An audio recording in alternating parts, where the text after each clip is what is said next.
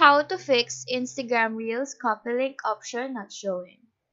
So before anything else, we need to check if our Instagram application is up to date.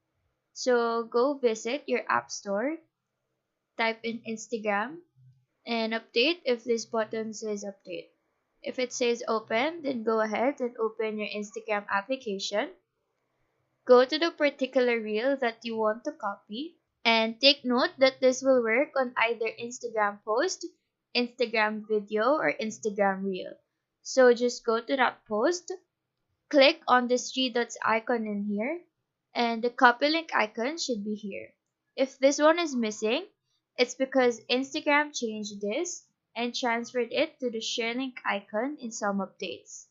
So in my case, the update is still not available, but once you're in the reel that you want to copy and you click on the share arrow icon, you can see the option copy link like this screenshot I am showing. So that is how to fix Instagram Reels copy link option not showing. Do let us know if this video helped you out, and if you have any questions, feel free to drop them down below. Thank you for watching and have a nice day.